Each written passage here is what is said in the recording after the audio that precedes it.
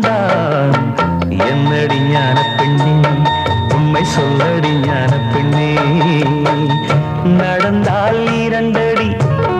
இருந்தால் நான்கடி நடந்தால் இரண்டடி இருந்தால் நான்கடி படுத்தால் ஆறடி போதும்